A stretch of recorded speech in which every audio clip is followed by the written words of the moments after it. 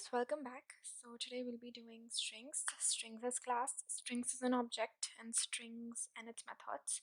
So here we got string as a class, and all these are class methods of the string. These are static methods, by the way. And string here is the class we'll be using, hence it has a capital letter. And all these are static methods, and as you can see, its return type is mentioned right beside it. Right, and now we'll be doing the value of method. So so basically if I give an input to it, it'll give me an output as a string. So value of 9, as we know, I give 9 as an integer, but in my output I'll get 9 represented as a character or a string, not an integer.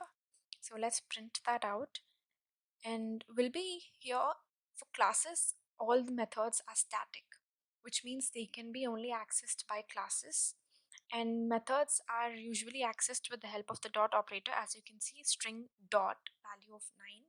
So let's run it.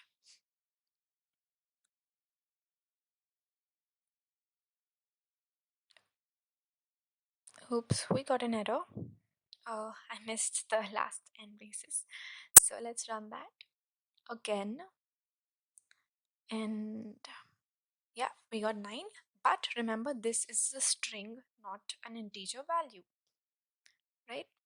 And now let's check strings as an object. So here I have string, and my object name is name, and it is having the string sunflower.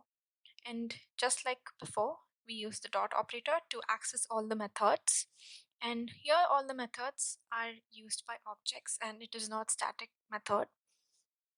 And all the methods for string as classes is different from string as an object.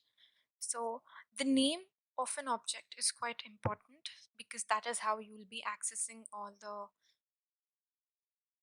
methods and performing operations. So here my name is itself an object. We can declare the name of an object by using the normal syntax with string object name equal to new and class name. So these are all the methods. So let me use a method now, which is let me convert my sunflower to uppercase. So I shall use to uppercase. You can see two methods here. In one I can give parameters, in other one I don't have to. So I'll use the one where I do not have to give my parameters.